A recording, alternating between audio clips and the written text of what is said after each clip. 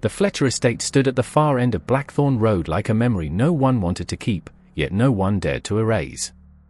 Its windows were dark, clouded with decades of grime, but anyone passing by swore something moved behind the glass, slow, deliberate, and watching. For more than a century, the house had belonged exclusively to the Fletcher bloodline, though no family member had been seen in town for over 25 years. Some claimed they'd all died. Others whispered that the house simply didn't let them leave. When I first stepped into the mansion, the thick scent of dust and neglect clung to the air like something alive, something unwilling to let go. It didn't take long to realize the house was far larger than it appeared from the outside. The hall stretched on in ways that didn't quite match the layout I'd seen in the documents mailed to me.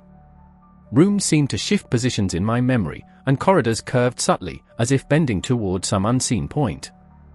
It was during the disorienting exploration that I noticed the study, a room that looked far too intentional in its chaos, with papers scattered on the floor and a single overturned chair facing a wall of bookshelves that seemed untouched despite the decay everywhere else. The bookshelf was enormous, spanning nearly the entire wall, packed with volumes so old the titles had faded into illegible scratches. Yet one detail made the entire structure feel wrong: there was no dust on its center shelf. Every other ledge was coated in a thick, undisturbed layer, but that single section was suspiciously clean. As I approached it, a faint draft brushed against my face, cold and stale, carrying with it a whiff of something rotting deep within the house, something buried. I touched the shelf, and it shifted almost imperceptibly beneath my fingers, not enough to open but enough to confirm a suspicion I hadn't dared to voice. It wasn't a bookshelf at all. It was a door. My pulse thudded harshly in my ears as I pressed harder, feeling the wood groan in protest. The mechanism behind it felt old, stubborn, as if resisting me. After several attempts, something clicked, a dull, hollow sound, and the entire structure creaked outward, sending a cloud of ancient dust swirling into the air. Behind it was a narrow corridor so suffocatingly dark that even the faint light from the study refused to seep into it. The smell that rolled out was thick enough to taste, metallic and damp, like a cellar that had been sealed for decades. My flashlight beam trembled as I raised it, not from my hand but from the strange weight of the air, as if the darkness itself was pushing back. The corridor's walls were lined with peeling wallpaper, patterned with faded vines that curled like skeletal fingers. Every few feet, I passed old portraits, faces blurred by mold and time, their eyes smudged into dark voids that made them seem eyeless. The floorboards beneath me flexed under my weight, groaning with each step, echoing down the hall in a way that made the space feel impossibly long. I couldn't shake the feeling that it hadn't always been a hallway. The architecture felt wrong. The width was too narrow, the ceiling too low, and the air too cold for a part of the house supposedly meant for living. It felt like a passage built not for convenience but concealment. As I moved deeper, old scratch marks appeared along the walls. They were long, uneven, gouged into the wood beneath the peeling paper as if made by someone desperate, someone clawing at the surface in search of escape. The realization sent a chill crawling up my spine. The marks continued for nearly 15 feet before stopping abruptly at a spot where the wall bulged slightly outward, as though it was trying to hide what lay beneath. I pressed my hand against it, and it felt strangely warm, pulsing faintly with a rhythm disturbingly similar to a heartbeat. I jerked my hand back, stumbling. My flashlight flickered at that moment, dying for a split second before flaring back to life. When it did, the end of the corridor came into view, a heavy, iron-bound door covered in rust and dark stains I couldn't identify. Its hinges were massive, the kind used for gates or dungeon cells, not interior rooms. Hanging from the handle was a length of frayed rope tied into a strange knot. As I reached for it, a soft thud echoed from the other side of the door, followed by a dragging sound, faint but unmistakable. Something was moving in there. My breath caught as I stepped back, but the dragging sound stopped as abruptly as it began. Silence swallowed the corridor again, except for the faint, rhythmic tapping that followed, 3 taps, a pause, then 2, repeating like some coded message. The air grew colder the longer I stood there, so cold that my breath now fogged in front of me. My instinct screamed at me to leave, to run back into the relative safety of the study, but something rooted my feet to the floor. Curiosity or fear, I couldn't tell which, pulled me back toward the door. I pressed my ear to the wood, and the cold seeped through, numbing my skin. At first, I heard nothing. Then, very slowly, a whisper slid through the cracks, so soft it barely qualified as sound. It wasn't speaking words, at least not ones I recognized. It was more like a low hum, trembling through the wood in a rhythm that made my bones vibrate. When I stepped away, the light from my flashlight caught something scratched into the bottom edge of the door. The carving was crude but unmistakably deliberate. 5 words, etched deep enough to splinter the wood around them. "Don't let it see you." My stomach tightened as the corridor behind me seemed to close in, every shadow stretching, bending, watching. I hadn't intended to open the door. I didn't want to. But the house had other intentions, and the moment I turned to leave, a soft exhale brushed the back of my neck as though something standing very close had just woken up. I didn't fully understand what I had stumbled into until I found the journals. They were hidden in a cedar trunk at the foot of an old canopy bed in one of the upper rooms, rooms that felt far more lived in than the rest of the mansion. The moment I opened the trunk, the smell of aged paper and dried lavender drifted up, oddly soothing despite the growing dread in my chest. Under folded linens, I found a stack of leather-bound books, each labeled with a name and a year. Some were written by people I recognized from family records, others by names I had never heard spoken. The dates stretched back more than a century, each book a thread in a tapestry I had never been meant to see. The earliest entry I read belonged to Elias Fletcher, dated 1893. His handwriting was elegant but tense, each word sharp and carefully formed. He wrote of inheritance rights, a phrase that at first seemed ceremonial, mundane, even traditional. But the further I read, the more the meaning shifted, darkening into something far less symbolic. Elias described nights where the family gathered in the sealed wing, where silence was mandatory and candles were placed in a circle carved into the wooden floor. Every Fletcher child, upon reaching adulthood, was required to stand inside that circle while the elders recited a vow that bound them to the house. The language he described wasn't English or any language recognized in the world beyond their estate. He called it the tongue of the first ancestor, though he offered no explanation for who, or what, that ancestor was. As I moved on to later journals, the tone changed. What Elias had described with a strange sense of reverence, his son Charles wrote about with barely hidden fear. His entries were frantic, ink smeared, handwriting trembling across the pages. He claimed that the ritual was not a ceremony but a binding, something that tethered each family member to the estate. He wrote of waking up nights unable to breathe, as if something were perched on his chest. He described dreams where the house seemed to pulse with life, its walls moving, its rooms rearranging themselves. He believed the ritual connected them to the house in a way they couldn't break, that it was the reason no Fletcher had ever truly left, even when they tried. The thought made my skin crawl as I turned the pages. Charles described watching his younger sister try to escape on her 19th birthday, only to be found 3 days later in the orchard behind the house, her eyes glazed and unseeing. She was alive, but she never spoke again, simply wandering the halls or sitting for hours in front of the sealed wing's door. In one entry, he confessed that sometimes he could hear her whisper through the vent outside his bedroom, repeating a phrase he didn't understand but knew instinctively he was never meant to hear. By the time I reached the journals from the mid-1900s, the rituals had grown more elaborate. What began as a silent gathering had become a night-long ordeal. The participants wore blindfolds and walked barefoot through the sealed wing, guided by the sound of a single bell. The purpose, according to the writer, Margaret Fletcher, was to prove loyalty to the house, though even she seemed uncertain of what the test was measuring. She noted that some didn't return from the ritual. Those who did were changed, shadows of themselves, moving through life as though sleepwalking. Margaret wrote that the house took what it needed, and no matter how she tried to explain it, she could never articulate exactly what that meant. Her final entry was more chilling than the rest.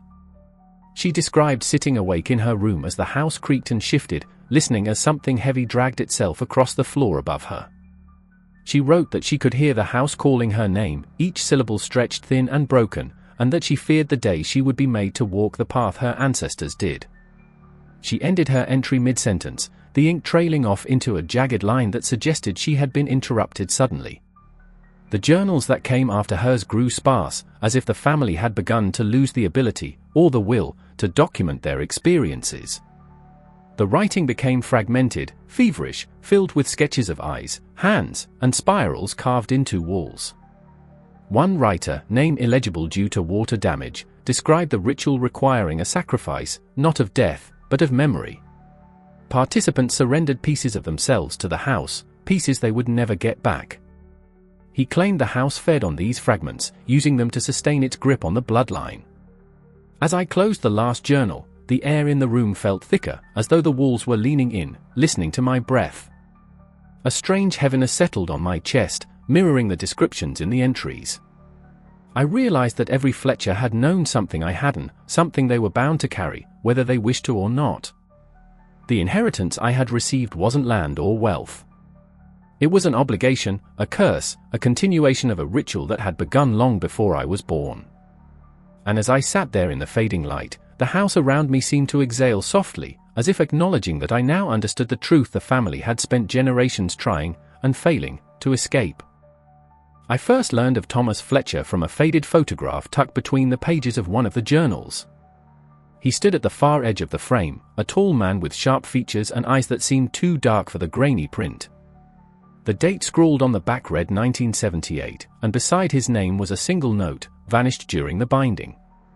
At the time, I didn't know what that meant, but the word vanish stayed with me, circling my thoughts like a persistent echo. I assumed he had run away or been consumed by the house in one of the ways hinted at throughout the written accounts. I never imagined he would return. It happened 3 nights after I discovered the journals. The house had grown increasingly restless during my stay. Doors I knew I'd closed were open when I returned. Footsteps echoed in halls empty of bodies. Portraits seemed to tilt slightly, their subjects turned ever so subtly as if watching me move. Sleep had become a distant luxury. I drifted in and out of uneasy dreams filled with whispering voices and shifting darkness. It was during one of these half-sleeps that I heard it for the first time, the soft, steady knock on the front door. At first, I thought it was part of my dream. The sound seemed too rhythmic, too intentional to be some trick of the house. Then it came again, louder this time, reverberating through the entrance hall. Every creak of the old floorboards beneath me felt amplified as I walked toward the door, guided by a strange mixture of dread and obligation. The air near the threshold was cold, far colder than the rest of the house, as if something on the other side drew all warmth into itself. When I reached for the handle, my fingers trembled. The door opened with a slow, aching groan. On the doorstep stood a man covered in shadows cast by the dim porch light. His clothes were outdated, the style belonging to a decade long past, faded by time and weather. His hair hung in uneven strands around his face, but it was his eyes that held me in place, dark, unblinking, and disturbingly familiar. They were the same eyes I'd seen in the photograph, matching perfectly despite the passage of nearly 50 years. He smiled faintly, as though greeting an old friend rather than a descendant he had never met. "You're late," he said, his voice soft but carrying a weight that pressed into the marrow of my bones. "The house has been waiting." I couldn't move. I couldn't speak. All I could do was watch as he stepped past me into the entryway, his feet completely silent on the wooden floor. Up close, he looked unchanged from the photograph, no wrinkles, no grey hair, no sign of aging. As if time had forgotten him. Or worse, something had preserved him. His skin was pale, too smooth, lacking the natural imperfections a life should carry. He walked with purpose, his gaze sliding over the walls, the ceiling, the staircase, as if reacquainting himself with a place he had never truly left. He turned back to me and tilted his head slightly, studying my face with an expression that flickered between curiosity and something colder, something unreadable. "You have her eyes," he murmured, though I didn't know whose he meant. My voice finally clawed its way out. "Where have you been?" His smile returned, thin and brittle. "Here," he said, placing a hand on the banister. "Always here. Even when I wasn't." He walked deeper into the house, and instinctively, I followed, compelled by some mix of fear and the faint hope that he might hold answers to the nightmares I had stepped into. But as he moved, the house responded. The lights flickered. The air thickened. The distant hum that had become a familiar presence in the mansion grew stronger, almost eager. Thomas seemed to notice this, and his smile widened in a way that unsettled me to my core. He stopped at the base of the stairs and ran his fingers along the wood, tracing lines only he could see. "It remembers everything," he whispered. "Every promise, every betrayal, every child who tried to run."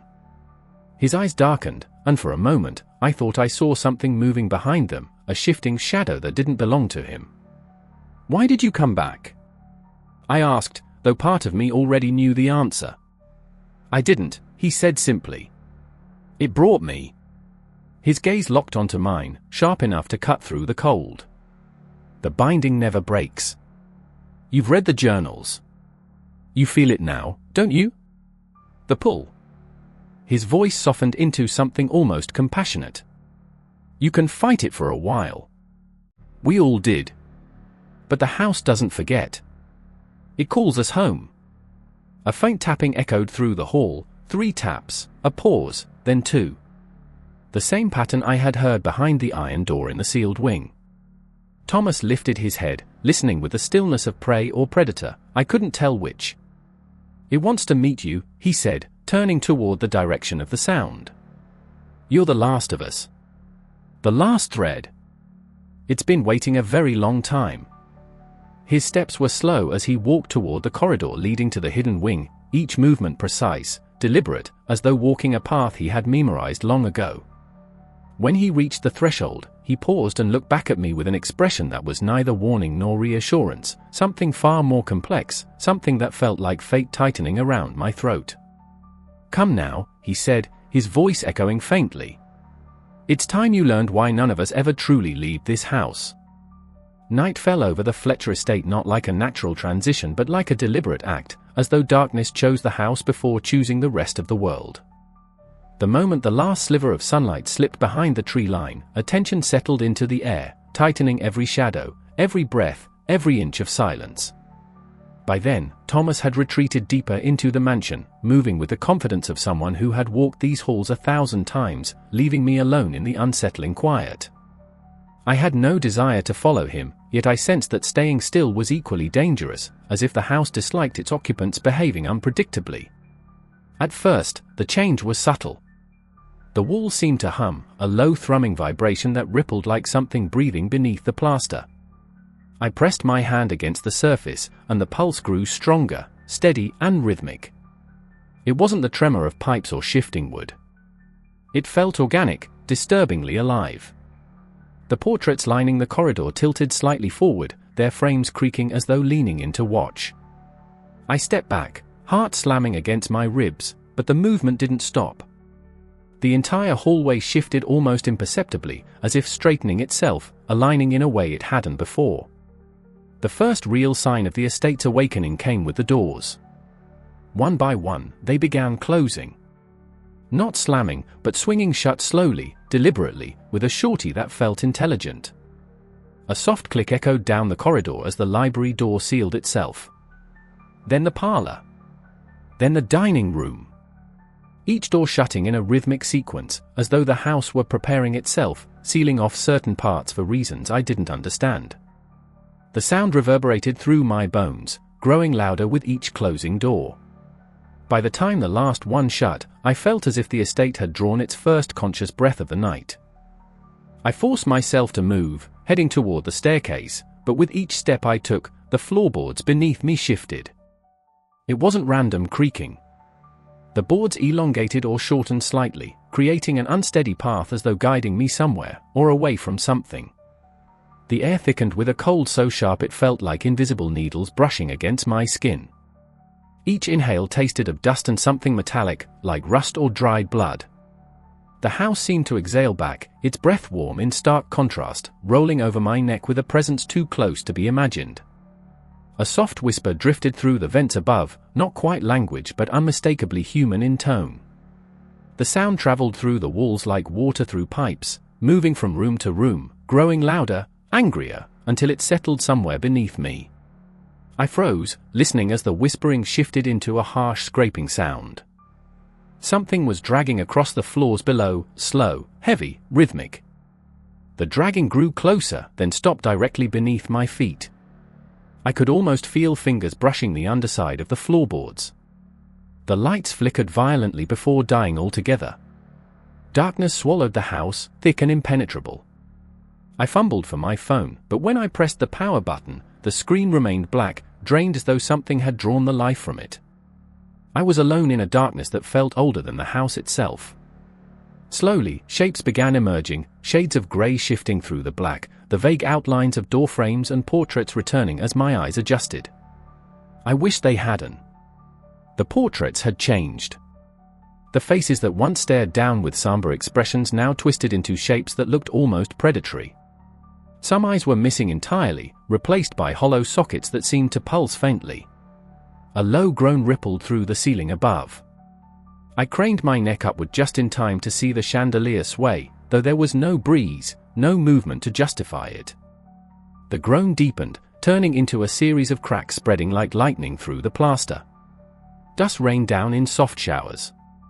It occurred to me then that the house wasn't merely shifting, it was rearranging itself. The hallway stretched longer, the staircase seemed to lean, and the walls bowed inward as if trying to funnel me toward a specific destination. I stumbled backward, but the floor beneath me shifted like a living thing, a slow ripple that pushed me forward. No matter how I tried to resist, the house guided my steps. Each turn led me deeper into unfamiliar hallways that shouldn't have existed, corridors thick with darkness and the faint smell of damp earth. When I reached what looked like the end of the hall, the wall split open, not with hinges but with a sound like tearing flesh. A narrow passage revealed itself, its interior darkness pulsating like a heartbeat. The whispering returned, louder now, layered with multiple voices, men, women, children, all speaking at once in overlapping tones. Some sounded pleading. Others sounded furious. But one voice rose above them all, clear and far too close. "Come down." The passage sloped downward, its walls slick with moisture. The deeper I went, the colder the air became, turning each breath into a cloud of vapor. My footsteps echoed strangely, as though the space around me expanded and contracted with each movement. The voices intensified, swirling through the passage, urging, begging, commanding. Something brushed past my arm in the dark, the touch light, almost curious, but undeniably real. At the bottom of the passage, the space opened into a chamber lit by a faint, pulsing glow emanating from the floor itself. The wooden planks had been carved into spirals that twisted inward like a vortex. Beneath my feet, the glow felt warm, almost like skin flushed with blood. I stared down, breath frozen in my throat. The floor wasn't wood at all. It was something far older, something that shifted when I moved, as though breathing in response. Behind me, the passage closed with a slow, grinding sound. The last sliver of darkness sealed shut, plunging me into the glow of the chamber. The house had awakened fully now. And it had decided exactly where it wanted me to be. The realization didn't come as a single sharp moment but as a slow and suffocating recognition, tightening around me like the tightening grip of an unseen hand. It began in the chamber where the floor pulsed beneath my feet, glowing faintly with that eerie reddish light that felt like standing on the surface of something alive. I crouched down, pressing my fingers lightly against the spiral pattern etched into the floor. The warmth that rose through the wood wasn't residual heat or the lingering touch of sunlight. It was the warmth of blood moving under skin, the warmth of a living thing, and when I pressed harder, the pulse beneath it grew stronger, syncing almost perfectly with my own heartbeat. For a moment I thought it was some trick of my nerves, but then the pulsing changed rhythm, slow and heavy, as though whatever lay beneath the floor was waking up. My chest tightened, and suddenly the voices in the chamber, those faint whispers that had followed me from the moment I entered the passage, shifted. They no longer sounded disembodied or distant. They sounded close, very close, circling me, brushing against my ears with icy breath. Words tumbled through the air, overlapping, incoherent, like a crowd arguing in a language I didn't understand. But amid the chaos, a single phrase rose clearly, spoken in a voice that sounded old enough to have forgotten its original form. "Blood remembers what flesh forgets." I staggered back, and the pulse beneath the floor responded sharply, the glow throbbing brighter, as if pleased by my fear. The realization struck me then, not as a thought, but as an instinctive truth my body recognized before my mind did. The house was feeding on me. Not on my body, not yet, but on the panic spreading through my chest, the dread tightening my every breath. It was savoring the fear the way a starving creature savors warmth. Each throb of the floor matched the rise and fall of my panic, growing stronger as my heartbeat quickened. I tried to steady myself, forcing slow breaths, but the house resisted. The walls creaked around me, the air thickened, and the whispers grew louder, more frantic, as though they needed me to fear. They needed it the way lungs need air. My legs trembled, and I pressed my back against the chamber wall. The stone was cold, but even it seemed to shift beneath my weight, subtly tightening as if trying to mold itself around me. Somewhere above, I heard the groan of the shifting mansion, beams bending and floors rearranging with the unsettling ease of a creature stretching its limbs. Dust sifted from the ceiling, drifting down like the remnants of something ancient shaking off its slumber. The thought came unbidden, unwelcome. Every room I had walked through, every portrait I had passed, every whisper I had heard, they had all been watching, waiting, measuring the taste of me. As the room darkened, the glow beneath my feet dimming into a deeper red, I remembered the journals. Elias had written that the house bound them in silence. Charles had described the ritual as a tether. Margaret had spoken of the house taking what it needed. And the damaged pages from the later entries, they had all hinted, though never clearly stated, that the house required something from every Fletcher bloodline member. Fear was the offering, pain the currency, and memory the sacrifice. The house fed on the family, not metaphorically but with a hunger as real as any living organism. It consumed them slowly, savoring them over years, binding them so they could never truly leave. As if summoned by this grim realization, a soft footstep echoed in the chamber. I turned sharply, heart thudding, but saw no one. Then another step, closer this time, the sound heavy, dragging slightly. The air grew colder, and the shadows deepened, stretching themselves across the walls like clawed hands reaching for me. My breath hitched as a silhouette emerged from the far corner, tall, gaunt, its limbs impossibly long, its movement strangely fluid. It didn't walk so much as float, gliding across the floor with the silent grace of a nightmare. When it came close enough for the dim glow to reach its face, I realized it wasn't a creature or a phantom. It was a man. Or rather, what remained of him. His features were sunken, his skin stretched thin over bone, his eyes two deep hollows that pulsed faintly with the same glow as the floor. He opened his mouth, and a thin, rasping breath escaped, carrying the same phrase I'd heard whispered earlier, "Blood remembers." He reached out a trembling hand, and I saw symbols carved into his skin, spirals, runes, jagged lines, a map of the rituals that had bound him. He was a Fletcher. One of the many who had vanished. Thomas had told me the house brought them back. Now I understood what that truly meant. It didn't bring them back whole. It didn't bring them back alive. It brought them back as part of itself, absorbed into the shifting walls, the breathing floors, the whispering vents. The house wasn't just feeding on the family, it was becoming them. The figure stepped closer, and the glow beneath the floor intensified, pulsing faster, hungrier, responding to his presence. The whispers rose in a chorus, a frenzy of voices crying out, demanding, pleading, warning. I clutched at the wall behind me, feeling it pulse with the same rhythm, the same hunger, and realized the truth in full. The house lived through the Fletchers. Their fear fueled it. Their memories fed it. Their blood bound it. And now, as the last descendant still whole, still unclaimed, it wanted me most of all.